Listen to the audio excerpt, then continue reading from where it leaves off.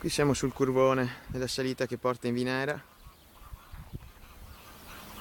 e se riuscite a vedere, nonostante il sole, più o meno a sinistra di questa casa che si vede che uscirà il traforo e passerà la strada in trincea fino a Rindola.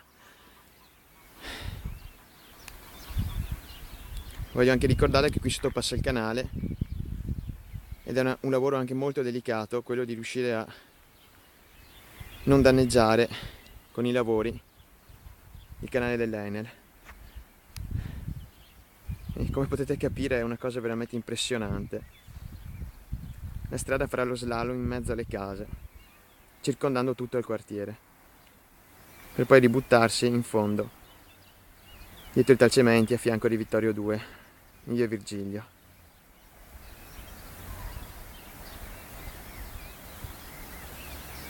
Provate a immaginare l'impatto che questo causerà.